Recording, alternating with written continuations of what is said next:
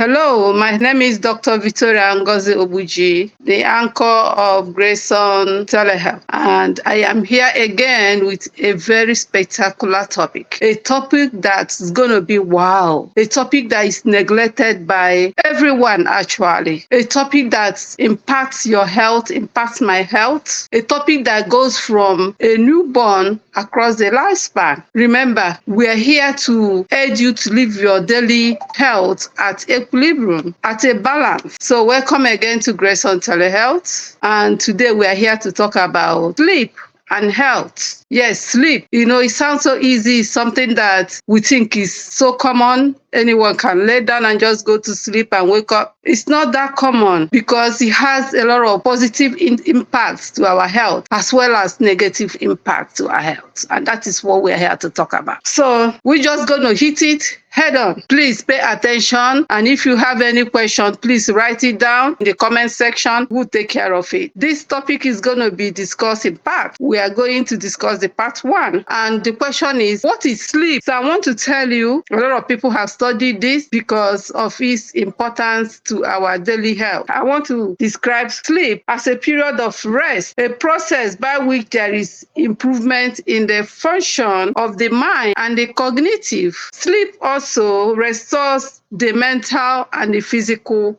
health. The research further shows that the average adult needs about 7 hours of sleep a night. That means if you're getting less than 7 hours of sleep a night, your other systems are at risk to malformation and you can develop other health problems based on this research. So many biological processes happen during sleep, such as the brain stores new information and gets rid of toxic waste. The nerve cells communicate and reorganize. When this happens, the brain and the nerve system, you should know that the whole body is involved. And that supports how the brain functions. Imagine if your brain is not functioning well. You can basically do nothing. You can be confused. You can be tired and you cannot function. That means your day is ruined. The body repairs its cells, restores energy, and releases molecules like the hormones and the proteins. And that is why obesity can result from lack of getting enough sleep. Even diabetes type 2 can result from not getting enough sleep. And sleep, when you hear sleep, it comes in phases. But we have two major phases of sleep. We have the REM, the rapid eye movement phase. The acronym is capital R as robot, E as elephant, M as man. And in this phase of sleep, that is when the brain is still functioning as if you are awake. There is rapid eye movement, even though you are asleep. Also, research shows that this is when we dream. That's why when we wake up, we're able to remember our dream because the brain at this phase is still working as if we are awake. In this REM phase, the brain rests. The two phases of sleep, the brain is resting. But at this phase, the brain is not deeply resting. Research also shows that in this REM phase of sleep, there are a lot of benefits that it brings to you and I. That includes enhancing our learning and memory. It supports emotional regulation. It cultivates creativity and problem solving. It contributes to brain development and it improves mental health. So that means we may say, the first phase of sleep, but it's very important. You can't go into the second phase of sleep without going through the phase. Even though the research says that the brain is still active, it's resting, it's storing memory, it's helping us to learn. Sometimes when we read, it seems like we don't understand and we go to exams and suddenly you remember everything that you read. That is why it is essential to encourage your children, those of us that have little kids, those of us that have teenagers, it's good to encourage them to sleep and not just watch TV, allow them to do anything they want to do to interfere with their sleep time. Encourage your youths, encourage your little kids to go to sleep because during sleep, that is when the brain is able to store what we learn during the day. So now let's just talk about the non-REM phase. That is the deep sleep phase. So this phase is considered the quiet or restful phase, quiet phase. During this non-REM non-REM sleep phase, the person moves from the light sleeping phase to a deep sleep phase. Essentially, at this point, it allows the body to rejuvenate. It allows the tissues to sleep, to repair, go through the process of repair. That's why you see some sick people, they say, oh, they need to sleep. You have wound, they give you medicine to help you relax, or you're going through stress, trauma,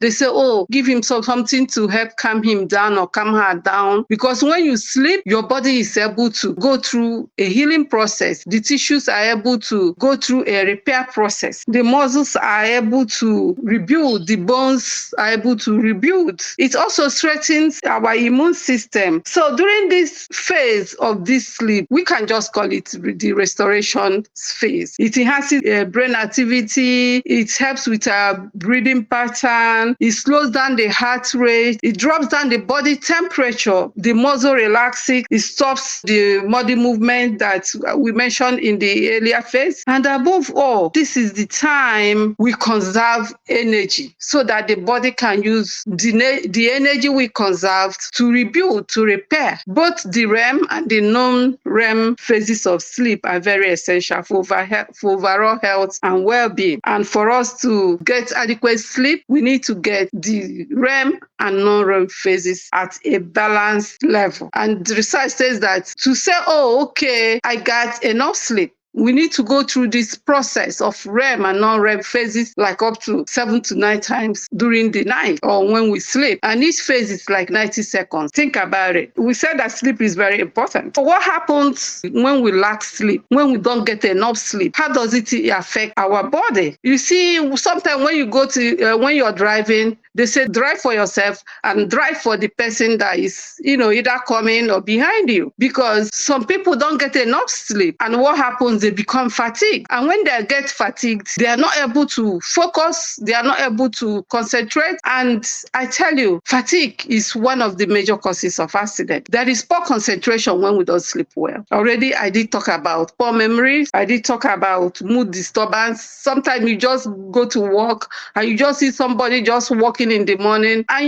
you basically greeting the person or just a very minor mistake turns into a big argument. Why? Because the person has not been sleeping well. Not sleeping well over and over and over becomes a problem. Every little provocation, the person becomes agitated, and that's why we need to be watchful of our emotions, not to react, because the problem may not be you, maybe something else going on in that person's life, as simple as sleep deprivation, not getting enough sleep. Lack of sleep can affect our time of response to questions, emergencies. Some of us that are parents, one time or the other, a teacher or a guardian of your child has asked you how often or how many hours do your child put in to sleep, because either he or she does not concentrate in class or is feeling tired, not following up with the flow in the class. And it's not just only with kids, it happens with adults. Some of us that are in the healthcare system have made a lot of mistakes, mostly the night shift workers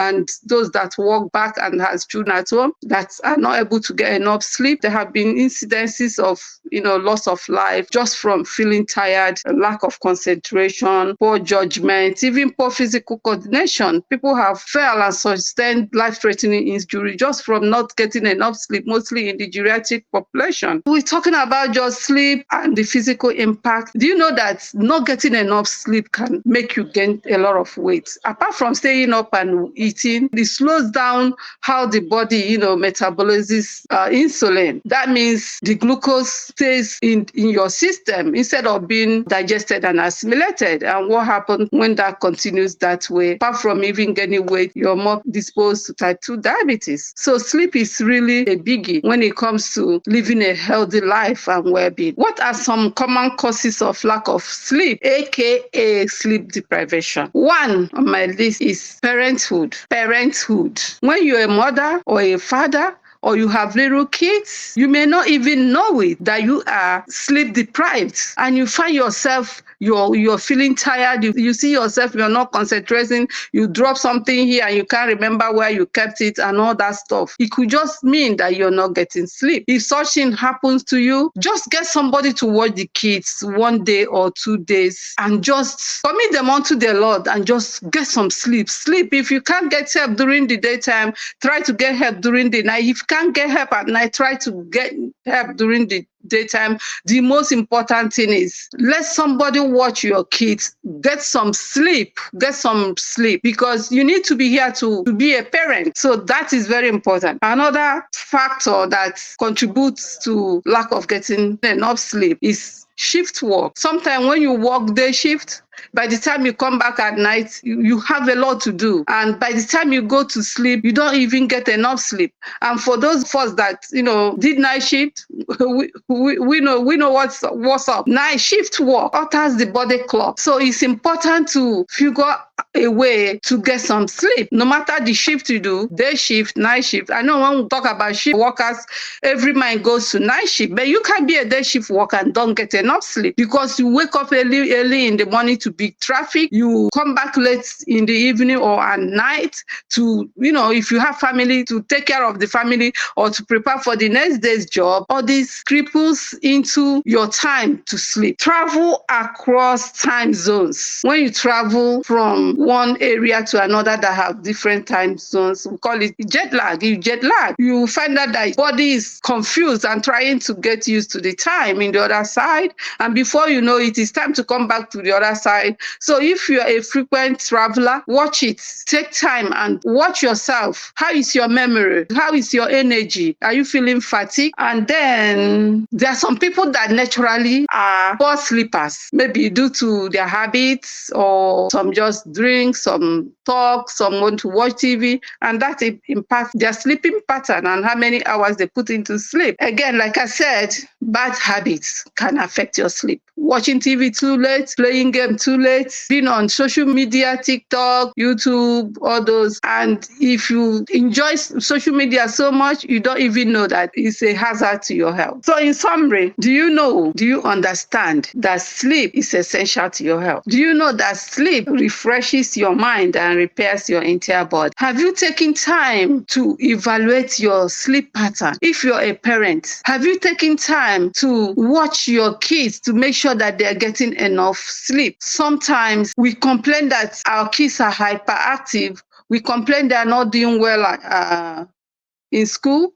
We complain that they are not being attentive. Some kids have been placed on certain medications for hyperactivity, for sluggishness, for one diagnosis or the other. But the fact remains that they were not getting enough sleep. And as parents, we are too busy to parent our children, to watch our children. Those of us that have house helps and have dedicated the care of our children to house helps, please, I urge you. I know you have to work to maintain the home. We have to work to take care of the kids, but I urge you to watch the sleeping pattern of your children. And for those of us that have advanced age parents, please do watch their sleeping pattern. Most of them don't get enough sleep. It is our responsibility to watch them, help them, assist them to get enough sleep. And what are some of the things that we can do to enhance our sleeping habit? Those we're going to talk in the part B of this topic, sleep and health. Remember, your body is the only place you live in. Your body is the only asset that you will be going down with. It's the only asset that you go up with.